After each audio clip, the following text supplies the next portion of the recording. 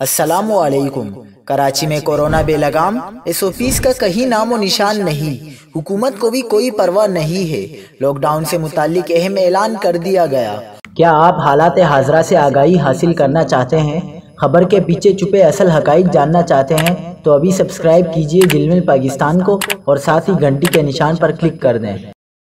آپ کو بتاتے چلیں کہ گزشتہ روز کراچی میں کورونا وائرس کے ریکارڈ سب سے زیادہ کیسز رپورٹ ہوئے۔ کورونا کی 5ویں لہر کے دوران کراچی میں کیسز کی شرح 28.8% پر پہنچ گئی۔ دوسری جانب وزیر اعلیٰ سندھ مراد علی شاہ کا اس صورتحال کے حوالے سے کہنا ہے کہ لاک ڈاؤن یا پابندیاں لگانے کا کوئی ارادہ نہیں، ملکی معیشت اس قابل نہیں ہے کہ پابندیاں لگائیں۔